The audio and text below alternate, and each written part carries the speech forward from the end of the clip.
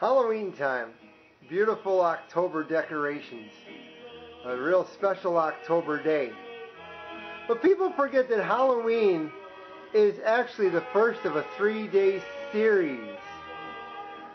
Of course, the old beliefs are that on Halloween night, all the spirits come back from their graves, and those that wish to pull pranks, do all kinds of diabolical things through the night, do so. And of course, down through the ages came all the costumes and trick-or-treating. And I know it was borrowed from ancient practices also, but that's the first part of it. And then the rest of the story is that at the stroke of midnight, the saints come. And of course, Halloween means the Eve of All Saints, and they take back the world.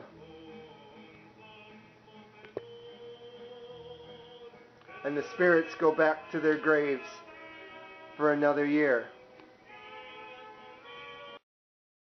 Those days, of course, being October 31st and November 1st.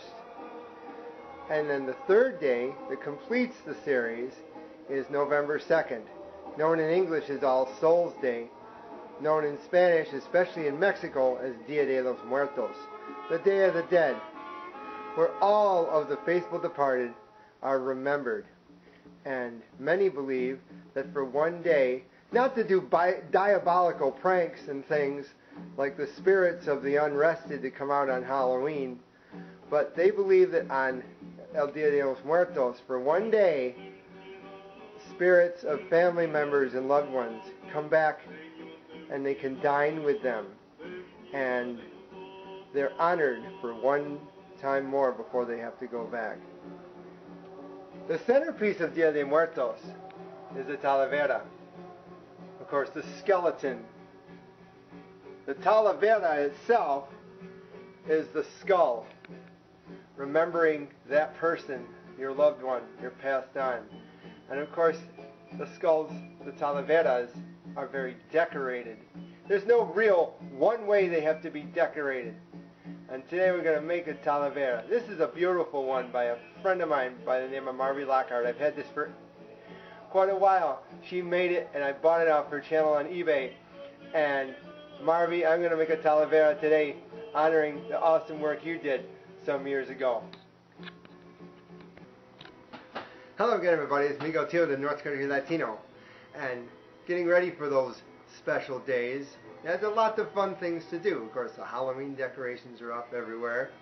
Well, so are those for Dia de Muertos, especially as you saw in my house. This again is Marvy's Calavera that I bought some years ago. She did an awesome job on this. Look at all the different decorations and designs on it. Back to front, and the sides. And you see all kinds of Calaveras. You see flat ones to hang on a wall, kind of like a plaque. You see ones for like necklaces and medals and things like that. You see flowers around the eyes, all kinds of designs. Anything you want to put on a Calavera, it becomes a work of art because it's from you. Look at this Calavera on my shirt. Totally different, you know? Got that in Herb Phillipson's, by the way. Believe it or not, they sell Dia de Muertos in some of the stores around here. You can get t-shirts, you can get shirts. It's all just part of the whole end of October, early November sequence. More to the holiday today, you know what I'm saying? Makes it more fun. Well, I have this, is the beginning of my Calavera. Got this at one of the art stores. I think it was Hobby Lobby. Back in, of course, summer, when you're not even ready for thinking about Halloween, but that seems to be the norm now, is that we can't get past August without the candy corn coming to the stores and the Halloween crafts and decorations doing the same thing. So I picked this up thinking, well, you know what? This year I'm going to make my own to go along with the one I got from Marvy. So we're going to start, of course, by painting it white. And that's the first step. Getting some nice white paint on it.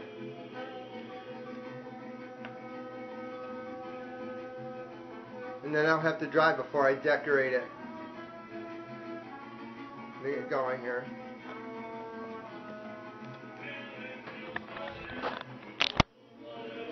Luckily, I have a pretty good paint to do so.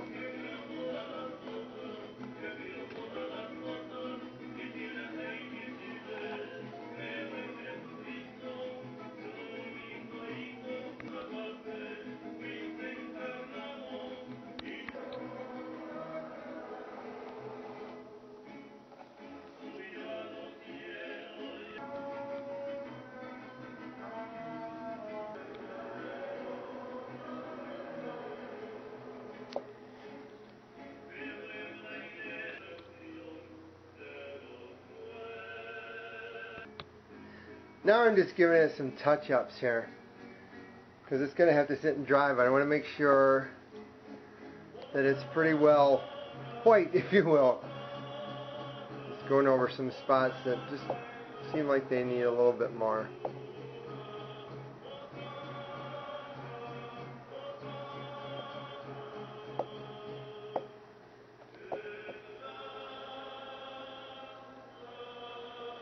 And now it's ready to sit and dry before we decorate it. See you later. Now I'm starting to paint it with these awesome paint pens I got at Michael's.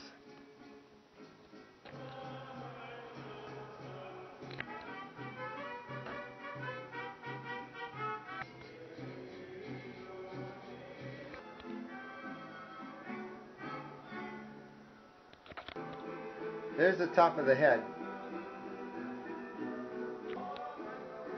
I took the yellow out a little bit on the other side. The neat thing about these paint pens is you can make adjustments when things dry. Now to do a little work on the eyes.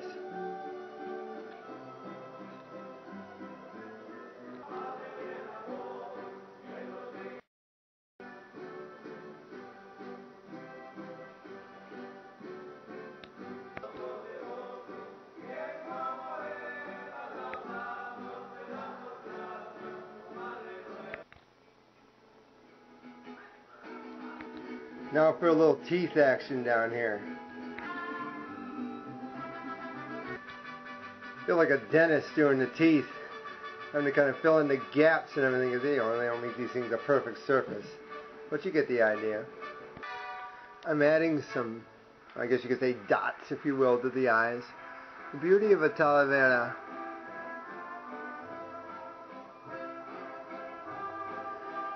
is that they're pretty much all different.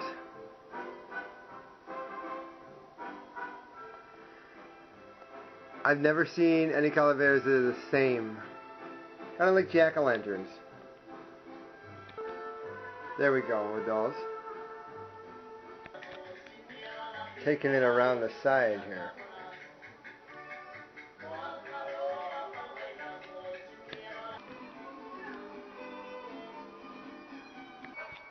There we go. Got it all the way around the back.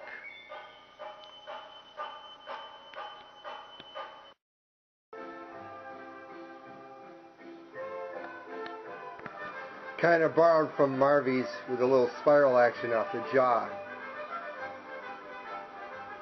A little different than hers. Huh? And there we go with the other side.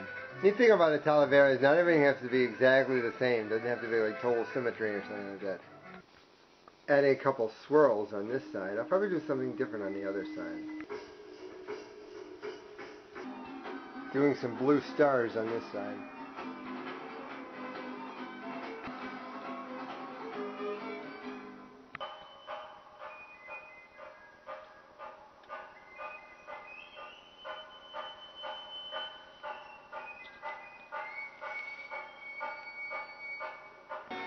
Adding a little something with the jaw here.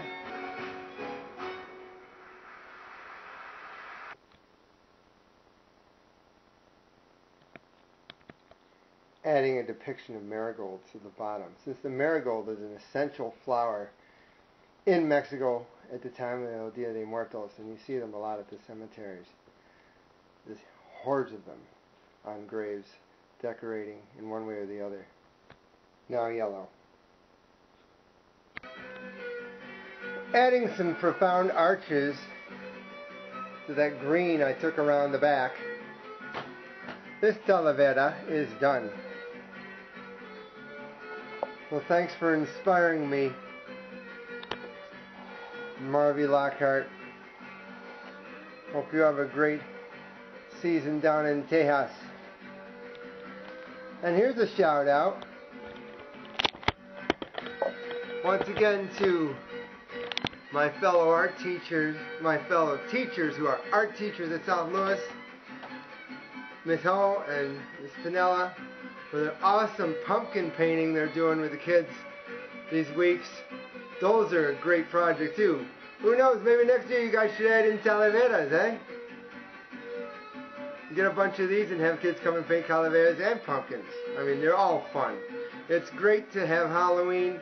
It's great to have Dia De Muertos we're celebrating. I remember one time that there were intellectuals in Mexico back in the 90s when NAFTA came out and there was all this Americanization going on, Walmart moving into Mexico and everything. They were afraid that Dia De Muertos was going to go by the wayside in favor of Halloween, which, you know, I grew up loving Halloween and I've come to love Dia De Muertos. I'm glad that both of them are surviving the years because, you know, I've seen, you know, Halloween kind of go down when I was a teenager from what it was, and I think it's kind of come back in many ways. There's a lot more decorations for it than it used to be. It used to be just pumpkins and like little paper things you put on your door. Now, I mean, now you have the light up figurines, you have all kinds of things you didn't have years ago. You had people that went out of their way to make like a leaf scarecrow or something like that. But that was about it. Now you have all kinds of things. And I'm glad Dia De Muertos, with its artful images and very heartwarming images, can add to it to make a whole presence of the 3-day cycle. Halloween, All Saints, Dia De Muertos. And I hope everybody out there has a beautiful one.